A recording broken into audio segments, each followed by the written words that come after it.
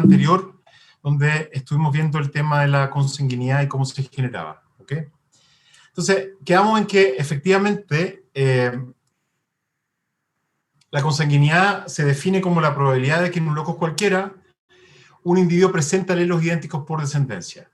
¿Qué significa esto? Que no son alelos idénticos simplemente por estado, lo cual implica que el origen de estos alelos es de un antecesor en común, ¿okay? Del mismo individuo. ¿Okay? Entonces, si lo vemos de esta forma, y tenemos un pool de gametos, la probabilidad de que se junten alelos idénticos por descendencia, acuérdense que la configuramos en base a 1 partido por 2n, que es la probabilidad de que si al tomar un alelo, nosotros encontremos el mismo alelo en la población, en los gametos que están disponibles en ese pool de gametos, y eso era igual a 1 partido por 2n. ¿Ok?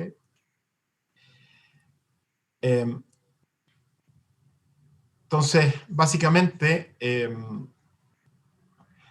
tenemos dos probabilidades: la probabilidad de identidad por descendencia, que era 1 partido por 2n,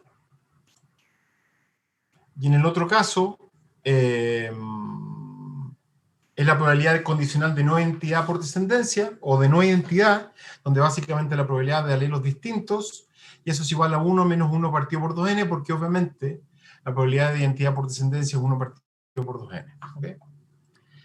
Eso nos lleva a lo siguiente: que en la siguiente generación uno va a tener un aumento de consanguinidad igual a 1 partido por 2n siempre. ¿Okay? Eso nunca va a cambiar. Y eso es muy relevante porque independientemente de lo que nosotros hagamos dentro de una población cerrada, nunca vamos a poder mejorar la consanguinidad. Podemos disminuir el cambio, es decir, podemos disminuir el valor de f del aumento del delta. Sin embargo, no vamos a poder nunca cambiar lo que ya sucedió. ¿Ok? Por lo tanto, por eso es muy importante cuando uno comienza cualquier programa de cría, cualquier programa de conservación, cualquier programa de mejoramiento genético, por ejemplo, considerar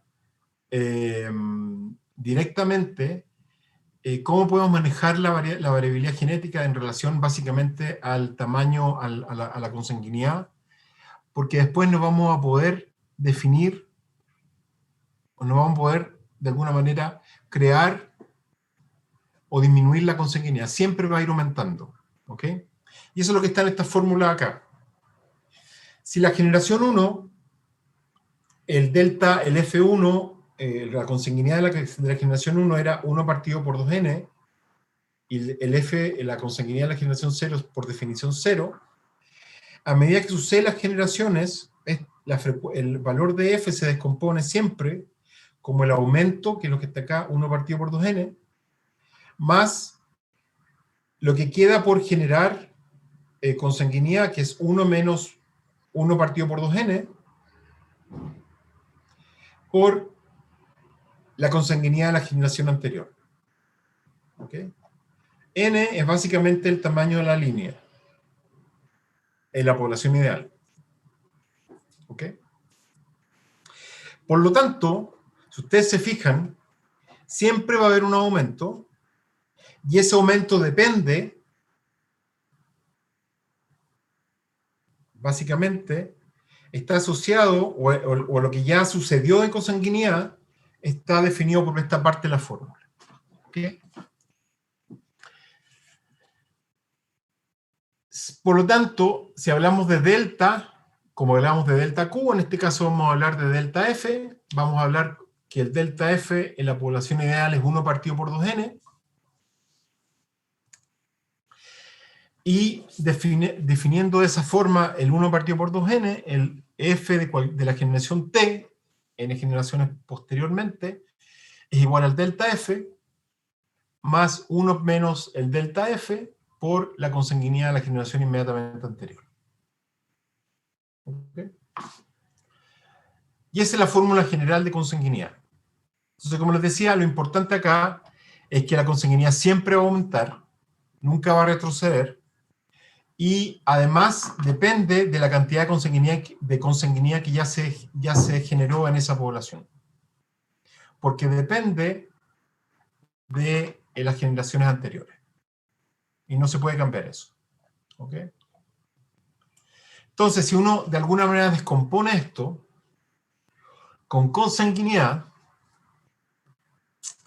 la frecuencia de los individuos, en este caso de la población ideal, de cualquier línea, va a ser igual a P cuadrado, donde P cuadrado es la frecuencia genotípica de la generación inmediatamente sin consanguinidad, más P por Q por F, en la generación X, y esto es básicamente la configuración de las frecuencias genotípicas con consanguinidad, dentro de una línea. ¿Ok? Lo importante de esto es lo siguiente. Si ustedes se fijan, con consanguinidad aumenta la homocigosis. Y la homocigosis por identidad, por descendencia, va a tener esta forma. Y la consanguinidad por estado va a tener esta forma de acá. Es decir, parte de la frecuencia genotípica va a tener un componente que es el componente de identidad por estado, donde los alelos son iguales, pero no provienen de un antecesor en común, que es esta parte de acá, y aquellos alelos que provienen de un antecesor en común, que están directamente asociados al F de la generación.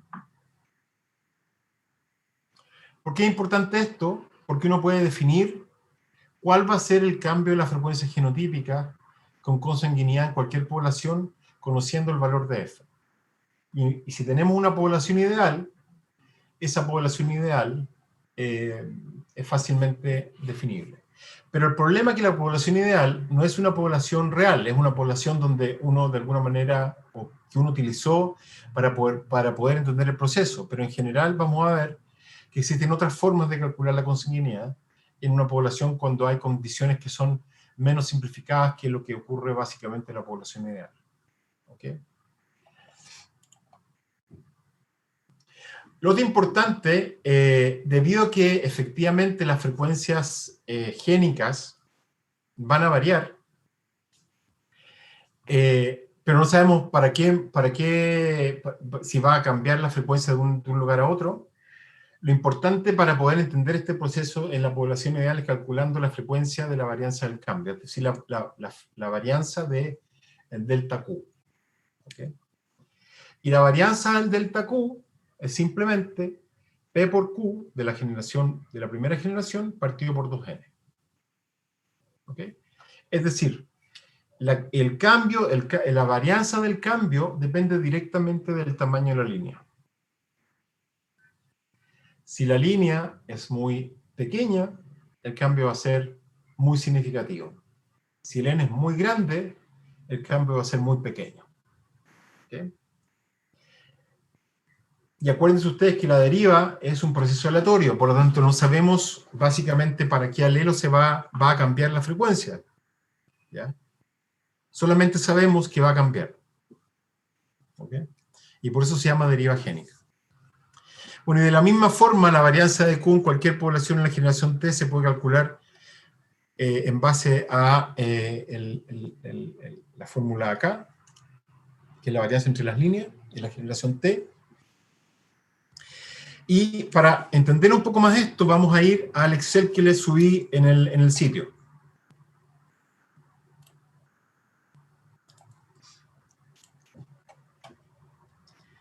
En el sitio les subí el siguiente archivo Excel.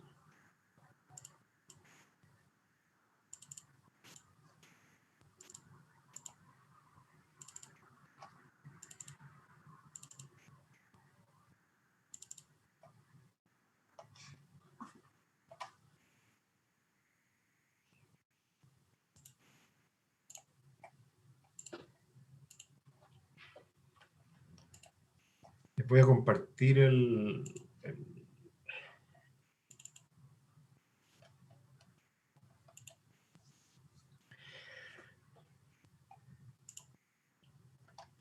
Y esto es simplemente una simulación de lo que sucede cuando uno tiene, por ejemplo, en este caso particular, una frecuencia inicial de 0.5,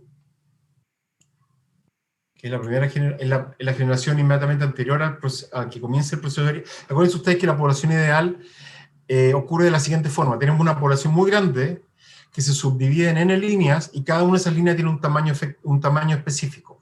Y el n de cada una de esas sublíneas es lo que está acá, que es igual a 2, y la frecuencia inicial de todas esas líneas, que era la frecuencia de la población ideal, básicamente va a ser igual a 0.5. ¿Ok? Estas son 10 sublíneas, si ustedes se fijan.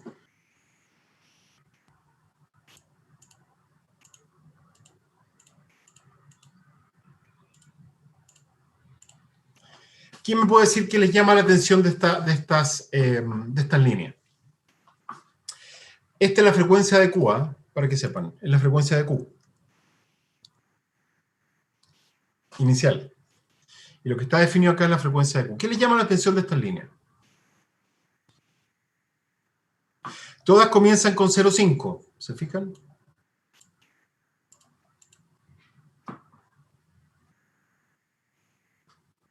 ¿Qué les llama la atención de esas 10 líneas?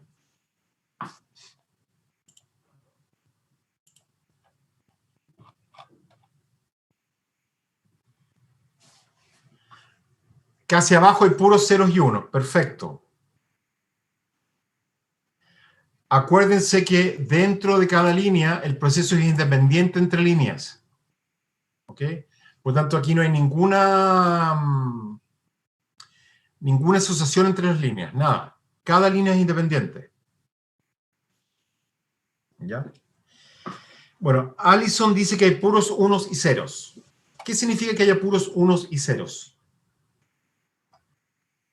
Si estamos hablando de frecuencia.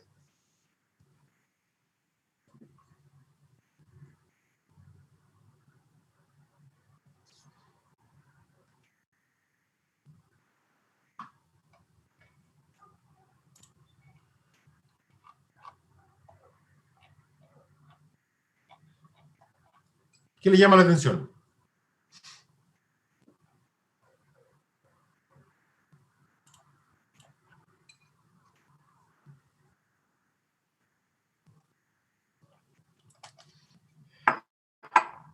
Claro, aquí el tema es el siguiente. Si ustedes se fijan, todas las líneas comenzaron en 0.5. Pero algunas de las líneas se fijaron, por ejemplo, esta línea se fijó en la tercera generación para el alelo P. Es decir, todos los individuos de esa sublínea son individuos homocigotos para el alelo, en este caso A1. ¿Ok? En este caso, todos en la generación 5 son idénticos, son homocigotos, idénticos, eh, para el alelo A2 en este caso. Y comenzaron de 0.5 en la primera línea, después cambiaron a 0.25 la frecuencia de Q y después bajó a 0. ¿Ok? Acá fue 0.5, se mantuvo 0.75 por 3 generaciones y luego cambió a 1, donde aumentó la frecuencia del alelo Q. Acá fue básicamente en la generación 3 de 0.5, subió a 0.75, después bajó, se mantuvo, después bajó, etc. Pero se fijan ustedes que el cambio acá es completamente impredecible. Si yo grafico esto, voy a ver lo siguiente.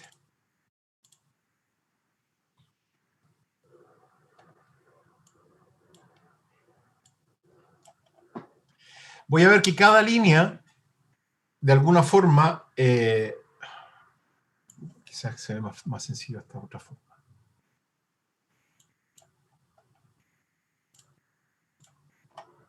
Tampoco.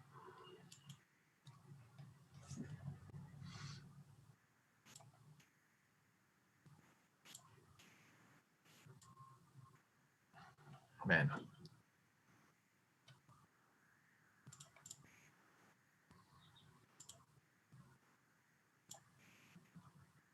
Vamos a tener que dejarlo así. Bueno, cada una de estas líneas corresponde a, a cada una de las subpoblaciones. ¿Ok? Cuando es 0, la frecuencia de Q, que implica que todos los individuos son homocigotos para el alelo A1, dentro de la línea. ¿Ok? ¿Por qué tratamos de definir esto en base a líneas? Porque es lo que, es lo que ocurriría para una sola línea si es que uno, por ejemplo, toma, básicamente, por ejemplo, tenemos una población de 1000 animales y empezamos a simplemente tomamos un macho y una hembra y con eso generamos nuestra población. Lo que sucede es que si uno hace eso, básicamente lo que va a hacer que a nivel del genoma va a existir inmediatamente mucha consanguinidad, porque imagínense, en este caso, si tenemos un padre y una madre, todos los hijos que se producen en la primera generación son hermanos, propios hermanos. Después, en la tercera generación, se cruzan propios hermanos con propios hermanos, consanguinidad. Y así sucesivamente, pero muy rápidamente.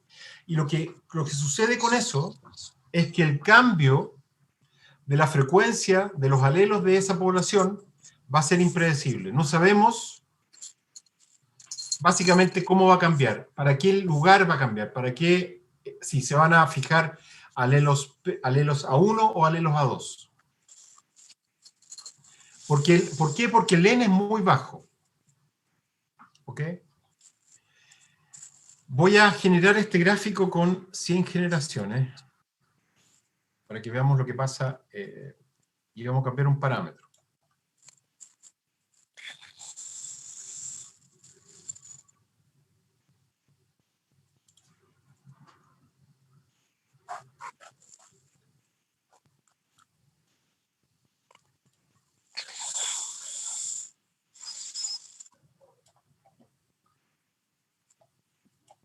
¿Ok?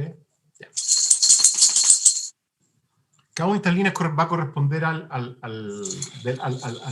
N, a cada una de las sublíneas. ¿Ok? Fíjense lo que pasa cuando yo cambio el N de la subpoblación para un N mucho mayor. Es decir, de los 1000 animales no vamos a mostrar 2 animales, sino que vamos a mostrar 500 animales. 250 hembras y 250 machos.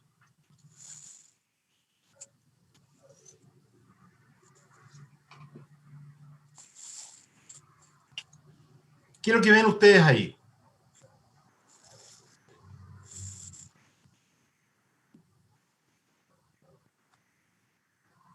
En el gráfico.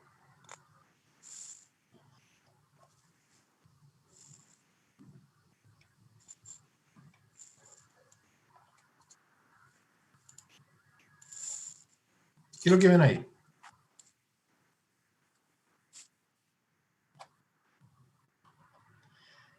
Lo que yo veo, que primero no hay ninguna línea que efectivamente se haya fijado para ninguno de los dos alelos, y eso que han pasado 100 generaciones. Y esto indica que cuando yo aumento el N poblacional, la frecuencia, es decir, la variabilidad genética de mi población se va a mantener relativamente constante. Si de una población de 1 millón de animales yo tomo 1000, por ejemplo, cada una de las sublíneas va a variar su frecuencia, pero va a tender esa frecuencia a permanecer constante, es decir, va a comportarse como una población casi en equilibrio Hardy-Weinberg. Acuérdense que el equilibrio Hardy-Weinberg definía la condición de status quo en el sentido de mantención de la variabilidad genética de generación en generación. ¿Ok? Fíjense ustedes con lo que pasa si yo le pongo 1 millón.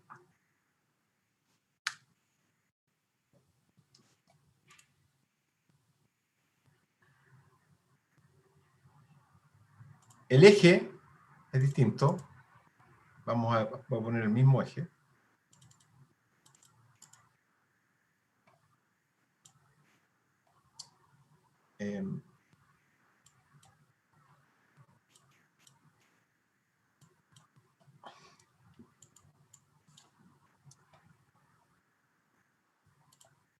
Mira lo que pasa. Con 100.000 animales, la frecuencia se mantienen relativamente constantes. Van a variar un poco, pero eso es porque efectivamente hay efectos de muestreo, etcétera, pero en general las frecuencias se van a mantener. Pero fíjense usted lo que pasa si yo tengo 10 animales.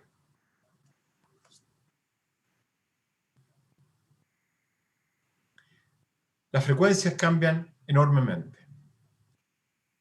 Y se fijan las líneas. El punto acá importante cuando uno habla de conservación y genética de poblaciones, si las líneas se fijan para un alelo y ese alelo no es el que nosotros queremos que se fije la línea, porque no es un alelo, porque perfectamente puede ser un alelo que es detrimental para el fitness de esa población, y si tenemos pocos animales, estamos un poco, de alguna manera, restringidos a que pueda suceder lo siguiente. Si la variabilidad se pierde, esa población va a ser menos adecuable para una nueva condición ambiental. ¿Por qué? Porque va a haber muchos alelos que eventualmente para esa población serían eventualmente favorables para esa nueva condición ambiental, que ya no van a estar porque se perdieron producto del proceso de deriva génica. ¿Ok? Y es lo que pasa acá. O sea, en menos de 7 generaciones algunas de las líneas ya están fijadas cuando tenemos 10 animales. Con 50 es un poco menos, pero igual, por ejemplo, va a haber cambios. Va a haber cambios rápidos en el mediano y largo plazo. Y por lo tanto, es sumamente importante entender que cuando uno no maneja la variabilidad genética en una situación tan simple como mantener una gran cantidad de animales como reproductores, uno va a perder variabilidad genética. Y por eso es sumamente importante considerar estos aspectos cuando uno define, por ejemplo, un programa de conservación. Si el N es muy bajo, lo que va a suceder es que vamos a perder variabilidad genética, que no sabemos que vamos a perder, pero si el N es muy bajo, la pérdida va a ser muy rápida en relación a la pérdida cuando uno tiene una población muy grande. Por ejemplo, en este sentido.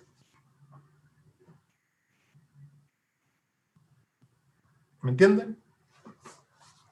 Esto es independiente de la frecuencia. Porque yo puedo tener una frecuencia 0.1 y claro, en promedio ese alelo que tenía una frecuencia 0.1 va a permanecer en esa condición, pero se va a mantener de forma estable. ¿Ok? Sin embargo, si yo tengo, por ejemplo, un tamaño efectivo muy pequeño,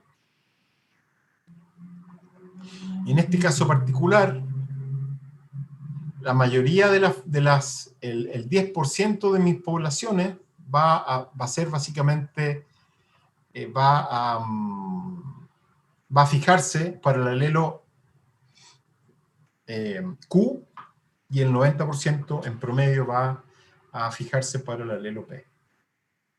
Si yo tengo, por ejemplo, 0.5, la mitad de las líneas, si ustedes se fijan acá, esto es en promedio, porque aquí esto se calcula en base a muchas líneas, a infinitas líneas, de hecho. Entonces va a cambiar la fijación de las líneas. Porque la fijación de las líneas depende de la frecuencia génica inicial. ¿Okay? Pero se fija en el punto, si por ejemplo Q era 0.9, se van a perder igual. Y se van a perder igual si es que la frecuencia fue 0.5. Pero si yo tengo 1000 animales y tengo una frecuencia inicial de 0.9, se va a mantener igualmente la variabilidad genética, sin embargo, se va a mantener en relación a la frecuencia génica original que tenían los alelos. ¿Ok? ¿Tienen preguntas?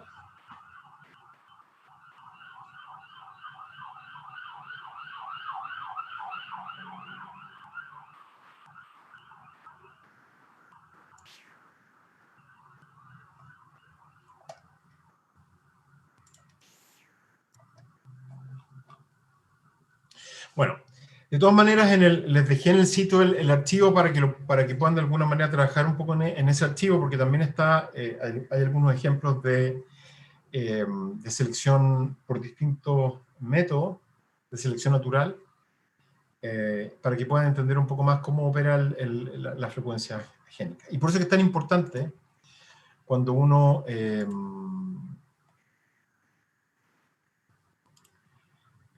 diseña un programa, cuando trabaja con un grupo de animales, es muy importante definir estos conceptos porque es la base para poder manejar la variabilidad genética dentro de una población. Esto es sumamente importante, por ejemplo, cuando uno comienza un programa de una nueva especie, por ejemplo, y esa especie tiene una gran cantidad de progenie. En peces, por ejemplo, los peces marinos pueden producir millones de larvas en un solo desove. Y es muy tentador generar una población en base al cruzamiento de un padre con una madre solamente, o de 5 padres con cinco hijos. Pero fíjense lo que pasaría en términos de la viabilidad de ese programa, si es que tenemos un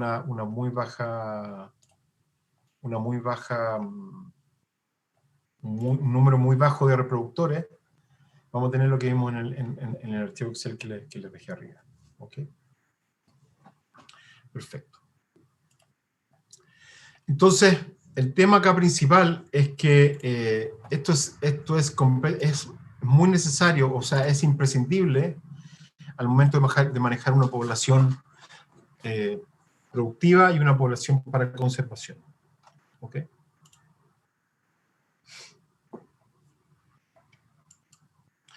Y como les mostraba en el archivo, finalmente lo que va a pasar es que una población de P se van a fijar para el alelo A1 y una proporción de Q se va a fijar para el alelo A2 a medida que suceden las generaciones, cuando ya termina el proceso de deriva y todas las líneas se han fijado para un alelo. ¿Okay? Que es lo que les mostré cuando hay una muy baja variabilidad genética. ¿Okay? Y las frecuencias, básicamente de la misma forma que uno puede explicar la diferenciación producto del proceso de consanguinidad, se puede definir en base a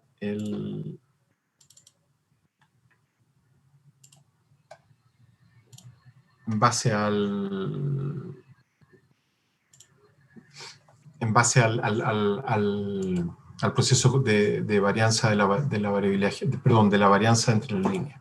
Ok. Tenemos un segundo para...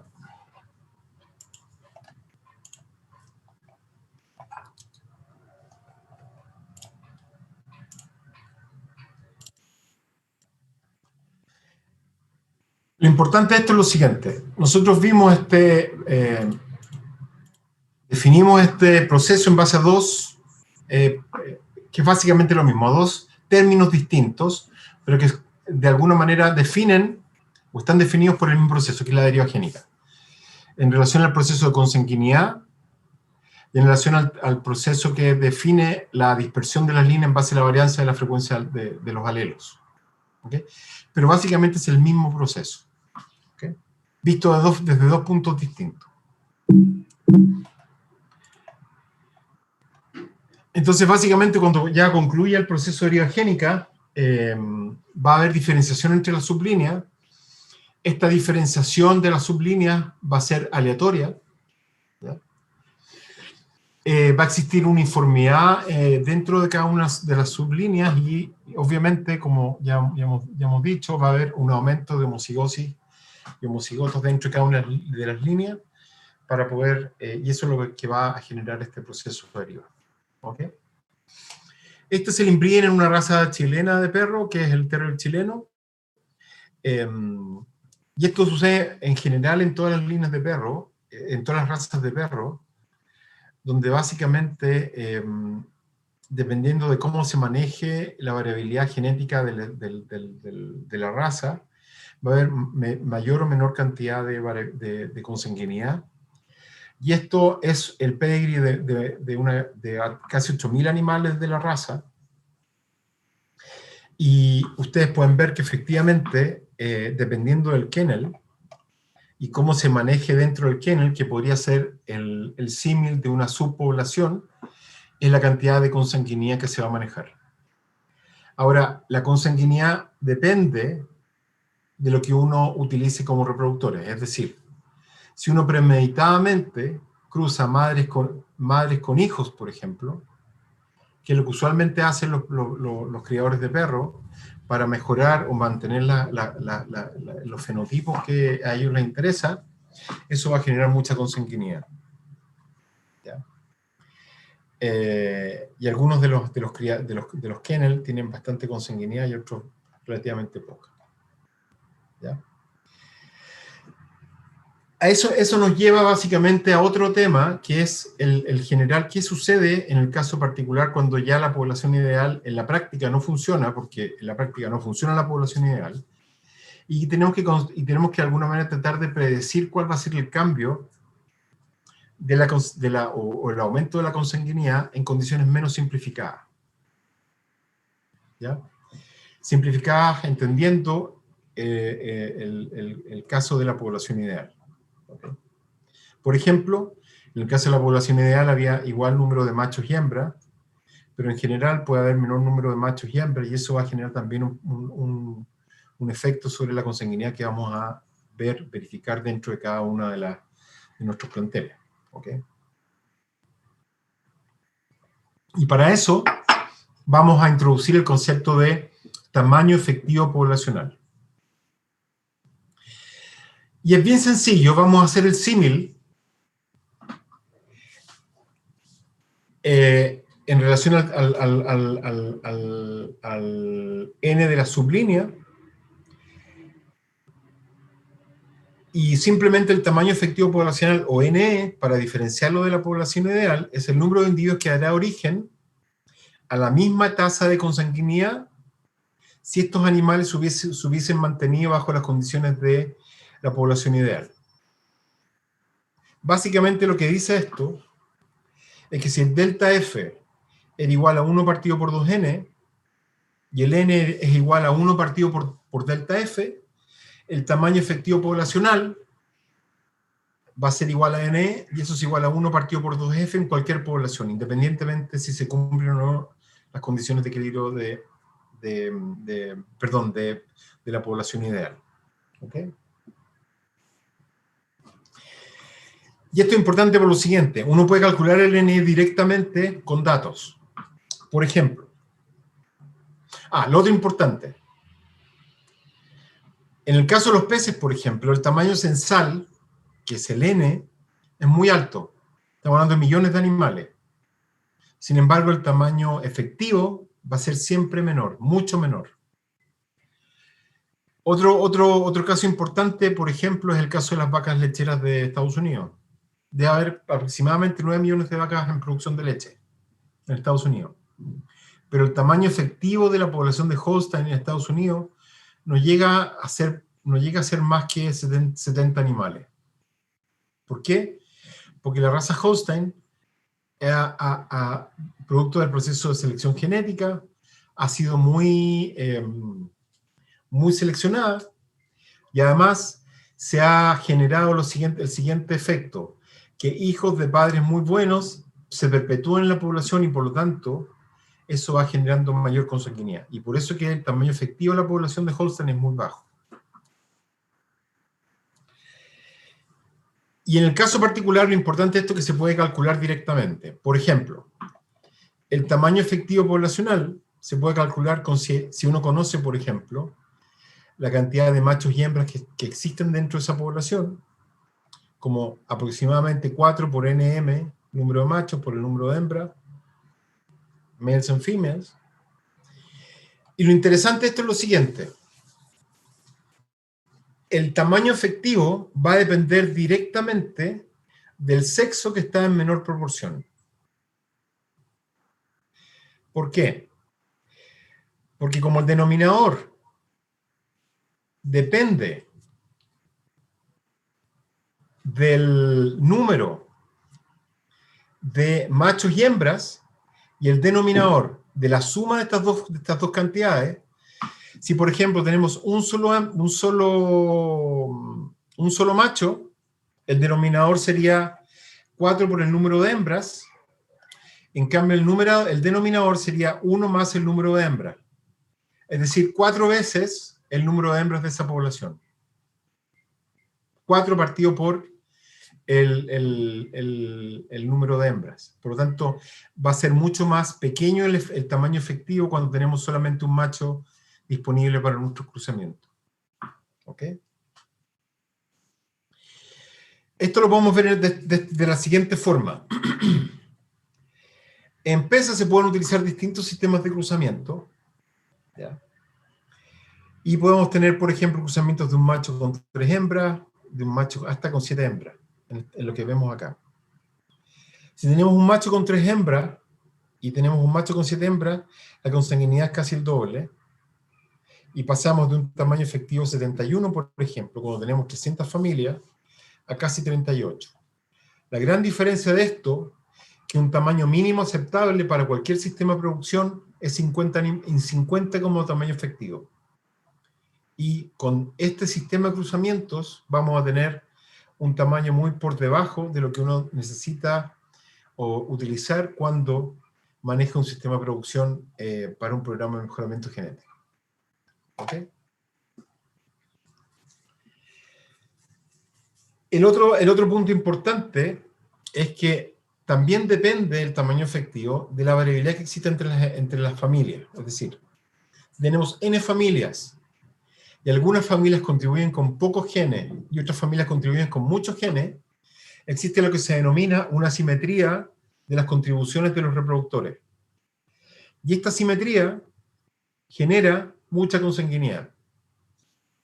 Eso es lógico. Si ustedes piensan, si yo dejo igualmente la misma cantidad de animales por cada una de las familias que tengo disponible en la generación anterior, estoy preservando básicamente el material genético de esa población de una generación a la siguiente.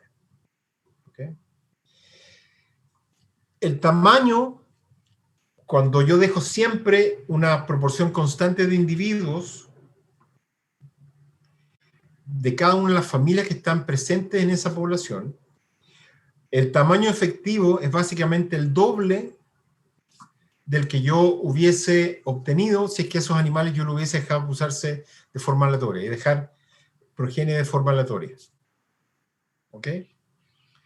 Y esto es sumamente importante porque es una forma muy sencilla de preservar la variabilidad genética simplemente dejando una cantidad similar de animales de cada una de las familias que uno tiene disponibles dentro de nuestro stock de reproductores que estamos manejando. Y de hecho es una de las formas que tienen muchos programas ex situ de conservación para mantener la variabilidad genética en las poblaciones ex situ. ¿Okay? Bueno, si ustedes juegan con estas fórmulas, se van a dar cuenta de lo que les estoy diciendo, simplemente manejando la cantidad de animales y hembras que van a tener disponibles dentro de esa población. ¿Okay? ¿Estamos claros? ¿Tienen alguna pregunta?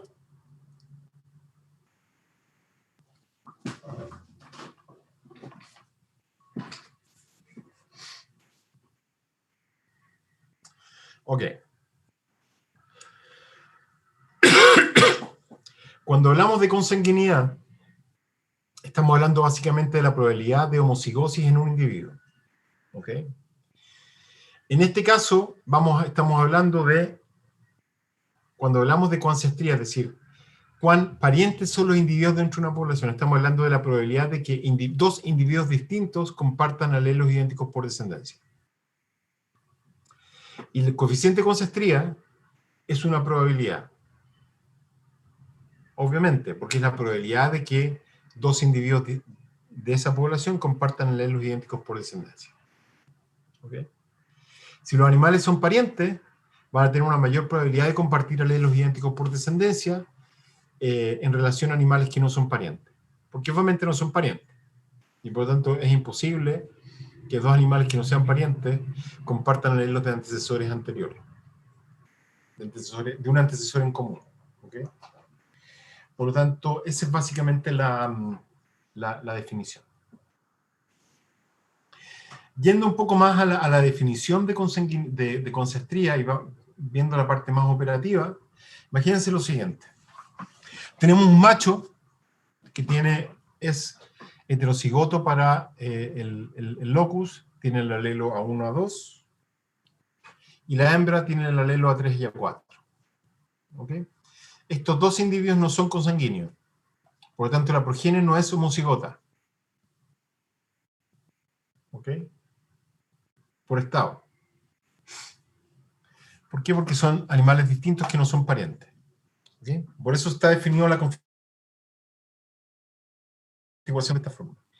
Si cruzo estos animales, imagínense ustedes si la vaca tiene muchos gametos y el macho produce mucho semen, yo junto los gametos de esos dos animales y calculo la cantidad de progenie de cada uno de los distintos tipos de cruzamiento, voy a llegar a lo siguiente. Que voy a tener un cuarto de los animales, A1 a 3, que heredaron el alelo 1 del padre y el alelo A3 de la madre, y así sucesivamente para los distintos tipos de alelos que pueden heredar de sus padres. Un cuarto, un cuarto, un cuarto. Un cuarto 1 a 3, un cuarto 1 a 4, un cuarto 2 a 3 y un cuarto 2 a 4.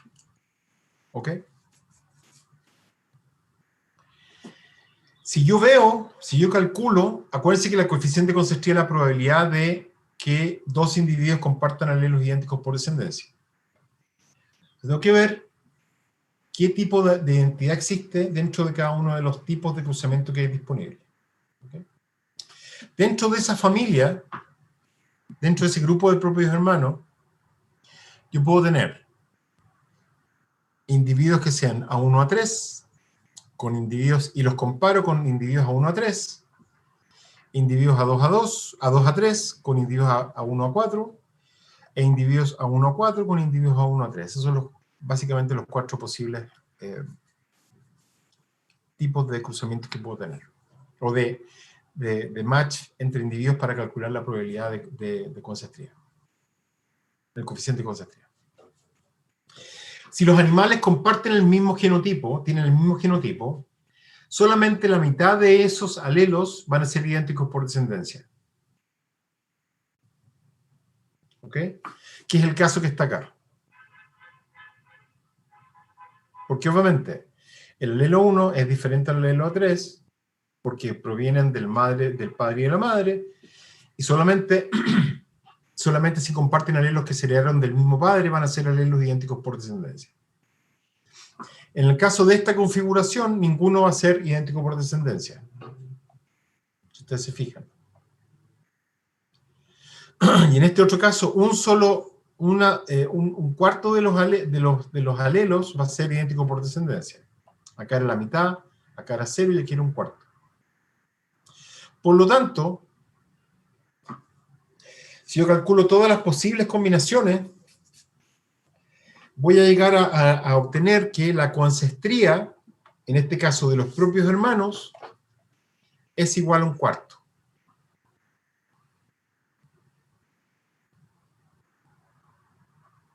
Considerando todas las posibles combinatorias de individuos que están disponibles acá y multiplicados por la probabilidad de que sean efectivamente consanguíneos. ¿Y cómo se calcula este un cuarto? Se multiplica un medio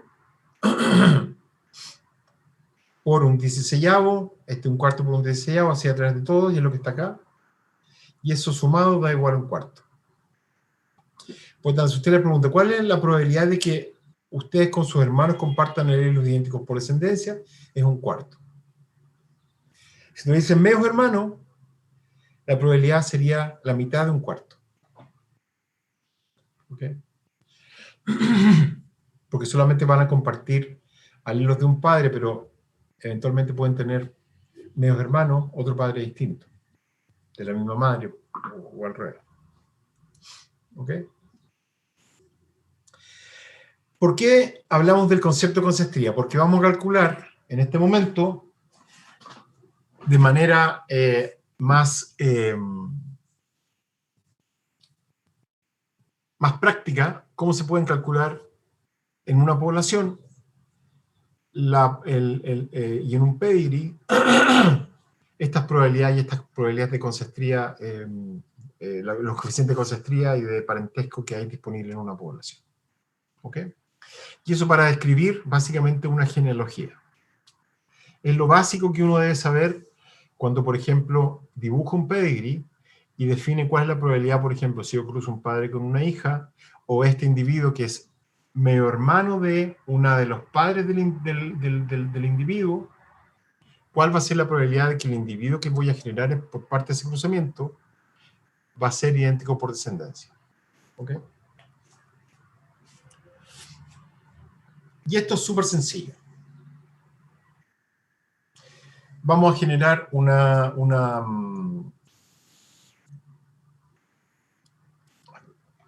permítame un segundo acá, que parece que hay un problemita acá.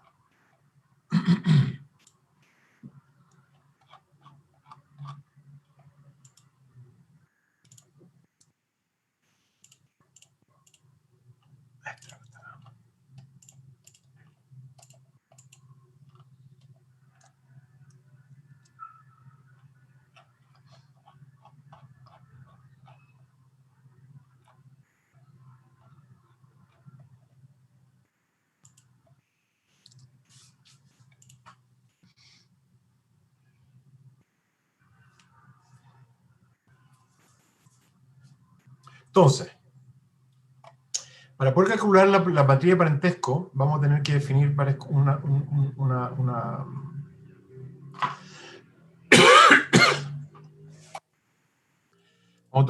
a tomar el siguiente ejemplo.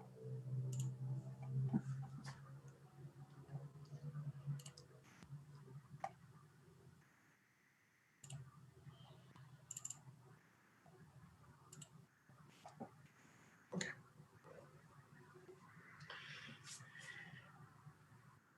Acuérdense que queremos calcular el parentesco. Otra cosa importante, el parentesco es el doble de la concestría. ¿Ok? Para calcular el parentesco de dos individuos, por ejemplo, en este caso, el individuo D y el individuo C, por ejemplo, imagínense ustedes, tienen un productor en un criadero, en un kennel, les dicen, miren, yo quiero mantener mi consanguinidad en un nivel bastante bajo y quiero saber con qué probabilidad voy a generar individuos consanguíneos si yo cruzo el animal, qué sé yo, la Lola con el Toby. Si yo conozco el pedigree, puedo calcular la probabilidad o el parentesco aditivo de estos dos animales, y en base a ese parentesco puedo calcular la consanguinidad producto del cruzamiento entre estos dos animales. ¿Ok? De la siguiente forma. El objetivo acá, y síganme con esto, porque si me siguen con esto va a salir súper fácil. Por lo tanto, si tienen cualquier duda, me preguntan inmediatamente. Entonces, el objetivo es calcular el parentesco de estos dos individuos de acá. ¿Ok? El parentesco aditivo que lo vamos a definir como A de C y D. ¿Ok? Y la lógica de esto es la siguiente. Si D tiene como padres a y B, la única forma de que C y D sean parientes es si, o va a ser cuando, va a ocurrir cuando C es pariente de A o de B. Porque la única forma de que haya alelos idénticos por descendencia entre C y D, si es que hay un antecesor en común entre D y C. Por ejemplo, si C es hijo de B, obviamente C y D van a compartir alelos idénticos por descendencia. Si C y D, por ejemplo, tienen el mismo padre A y B, esos animales van a ser propios hermanos y el parentesco va a ser el doble de la conceptiva, por lo tanto va a ser igual a un medio. ¿Ok? Pero el punto acá es que lo tenemos que hacer de una forma recursiva, de una forma algorítmica. ¿Ok? Y para calcularlo, vamos a calcularlo de la siguiente forma. Como el promedio, el parentesco aditivo de C y D, lo vamos a calcular como el promedio del parentesco aditivo de C con A y el parentesco aditivo de C con B, que es lo que está acá. Es decir, el promedio del parentesco aditivo de C con los padres de D.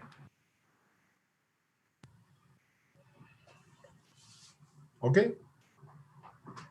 Y eso es todo.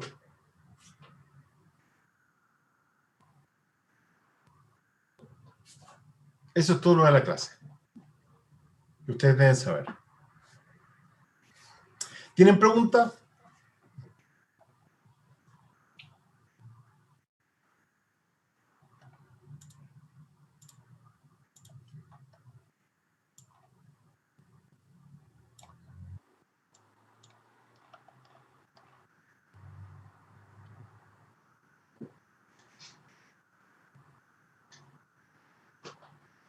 Sí, vamos a ver ejercicio. Pero lo importante es que entiendan el concepto.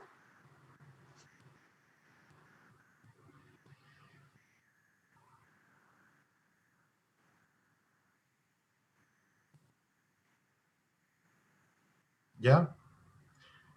Entonces, para que C y D sean parientes, C tiene que ser pariente de B o A, que son los padres de D, y el parentesco aditivo de C con D se calcula básicamente como el promedio de el parentesco de C con A, que es el padre de D, de la madre de D, y C con B, que es el padre de D. Eso es básicamente el concepto. ¿Ok?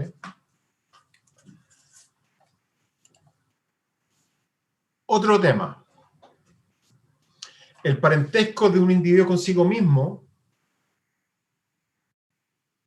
es igual a 1 más la consanguinidad de D. O sea, del propio individuo. ¿Ok? Que es básicamente el elemento de la diagonal de la matriz de parentesco.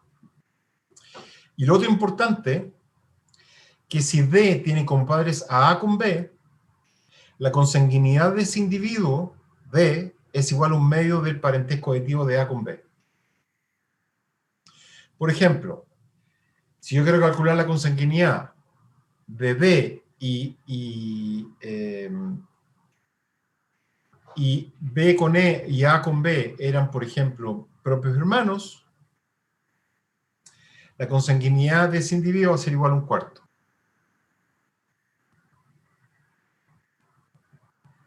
De ese individuo D, si A con B fueron propios hermanos. Porque la consanguinidad también es igual a la conceptía de los padres del individuo que generó ese cruzamiento. Y si el parentesco es el doble, en este caso particular, el F es simplemente la mitad del parentesco aditivo de A con B, que son donde A con B son propios hermanos, por lo tanto un cuarto. Porque el parentesco aditivo de dos propios hermanos es igual al doble de la conceptría y por lo tanto igual a un medio. ¿Ok? Y vamos a hacer un ejemplo bien pequeño. Tenemos 4 individuos y para ordenarnos vamos a ordenar esto en una base de datos. ¿Ok? Lo vamos a hacer en Excel, donde ustedes quieran. Entonces tenemos el individuo, el padre y la madre, la fecha de nacimiento. Ustedes se fijan acá que el padre es desconocido, la madre es desconocida de A, B tiene padre y madre desconocido también, y por tanto, por definición, estos dos animales son la población base. C tiene como padre a A y D tiene como padre A y B. ¿Ok?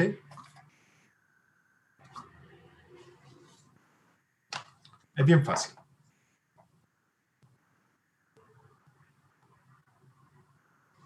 ¿Sí? Y en forma de pedigree, básicamente, tenemos el individuo A, el individuo B, se cruzó A con B, generaron D, y C es el padre de... A es el padre de C. Y tiene una madre desconocida. ¿Ok? Es súper simple. Se vamos a ordenar estos datos en la matriz de parentesco. La matriz es simplemente un ordenamiento de fila y columna. Y cada uno de los elementos de esa matriz va a ser un valor que está definido en la diagonal, como la consanguinidad del individuo,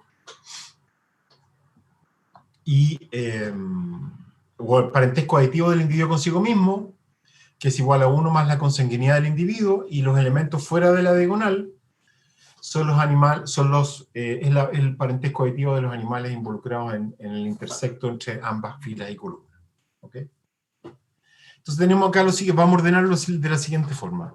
Tenemos entonces la primera fila que no corresponde a los elementos de la matriz, sino que simplemente por ordenar, ¿no? Tenemos A, B, C y D, y en esta columna A, B, C y D. ¿Ok? A no tiene padre conocido, B tampoco tiene padre conocido, C tiene como padre A, y D tiene como padre A y B. Entonces, el objetivo es calcular el parentesco aditivo que le corresponde al individuo con A, con B, con C y con D. ¿Ok? Entonces, quizás sale más fácil, más entendible, si yo lo hago acá.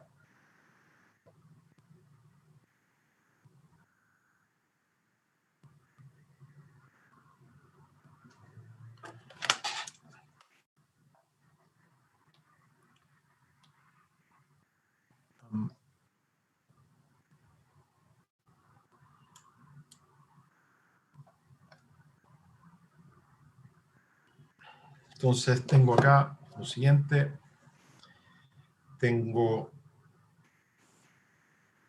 Va a ser la tabla igual. Tengo A, B, C y D. A, B, C y D. Okay. C tiene como padre A, tiene un padre desconocido. C y D tiene padre A y B. Madre desconocida, padre desconocido, madre desconocida, padre desconocido. B. ¿Ok? Pregunta. Vamos a empezar con esta primera fila.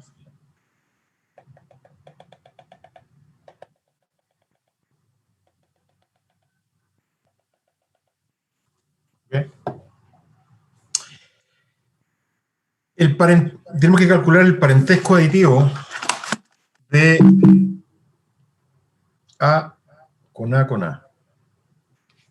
¿Ok?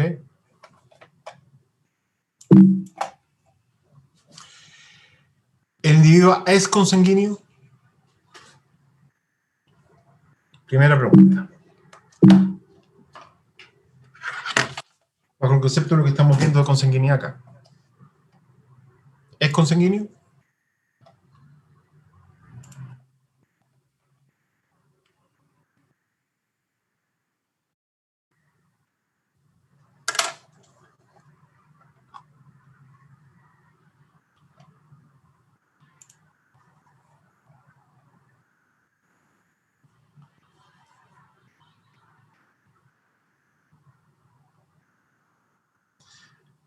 Señor Walter, ¿el animal A es consanguíneo?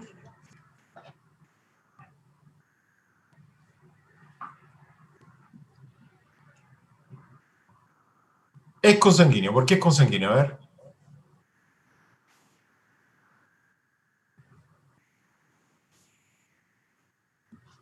¿Por qué crees tú que es consanguíneo?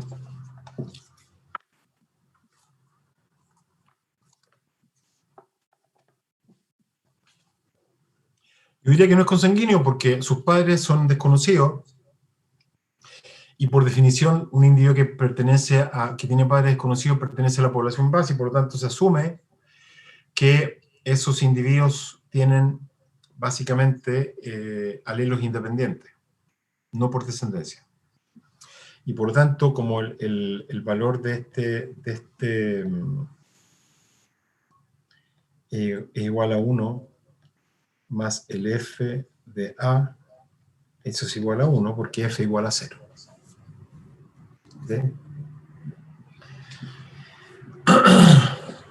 ¿Cuál es el parentesco aditivo de A con A y B?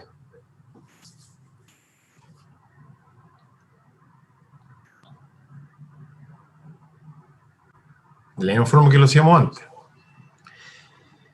Un medio, no es igual, de el parentesco aditivo de A con los pares de B.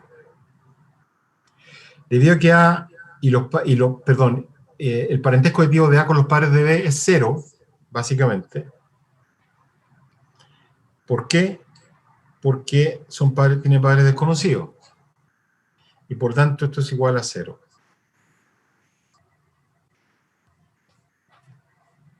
¿Ok? ¿Qué pasa acá? El parentesco aditivo de A con C. Acá tenemos una cosa diferente. Porque resulta que si lo calculamos con la fórmula, tenemos que calcularlo como un medio del parentesco aditivo de los padres de A, perdón, de los padres de C con A, y resulta que el A es el padre de C, y por lo tanto, el valor de este parentesco aditivo es igual a 1 más el padre que es desconocido, 0. Por lo tanto, esto es igual a un medio.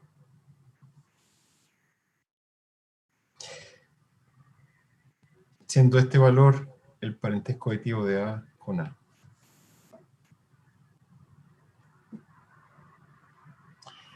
Este otro, parentesco aditivo de A con D, es igual a un medio del parentesco aditivo de A con el padre de D, que es A, que es 1, que es lo que está acá, y el parentesco aditivo de A con B, que es 0.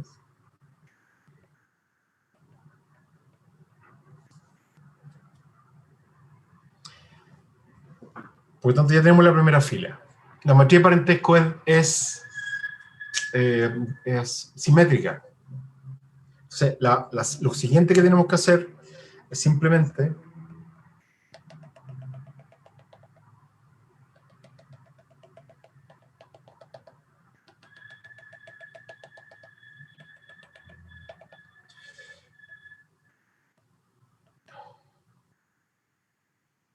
copiar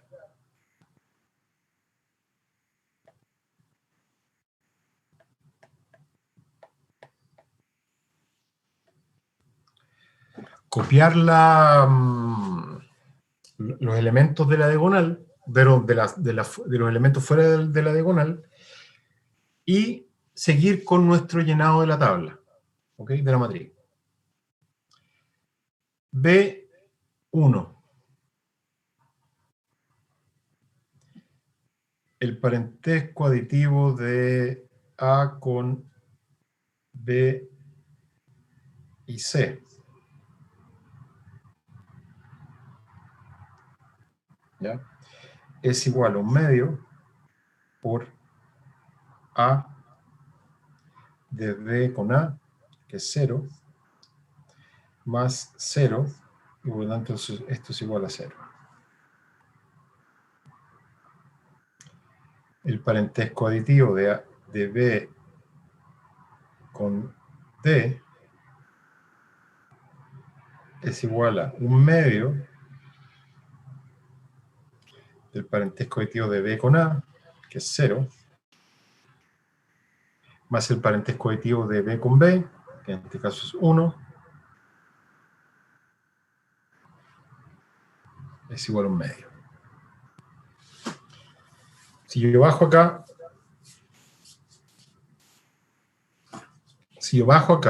esto es igual a 0, y esto es igual a un medio, porque la matriz es diagonal.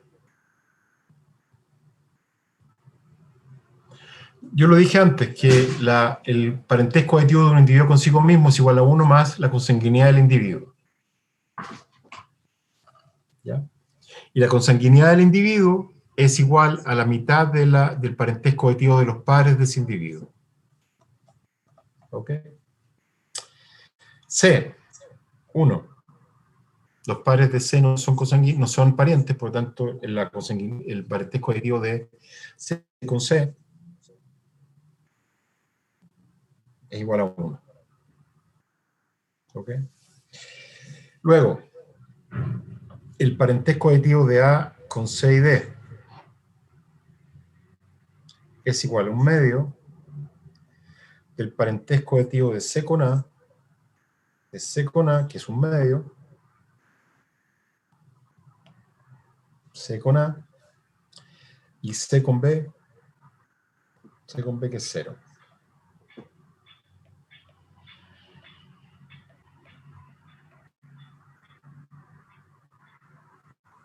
¿Ya?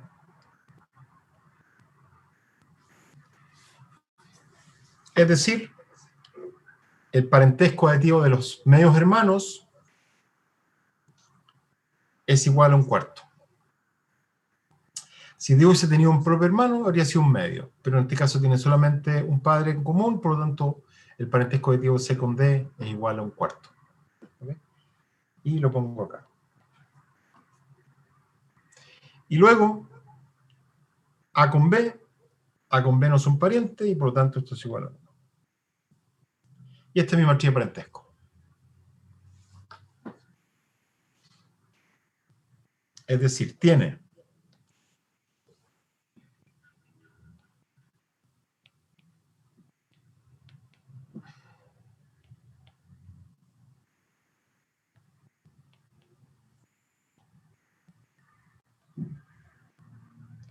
uno, 0, 1/2, 1/2.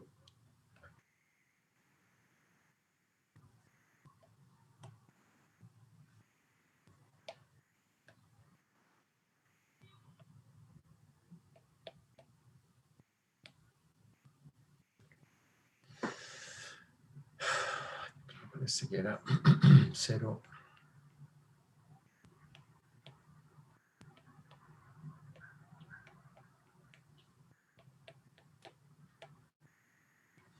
Y eso es mi matriz de parentesco.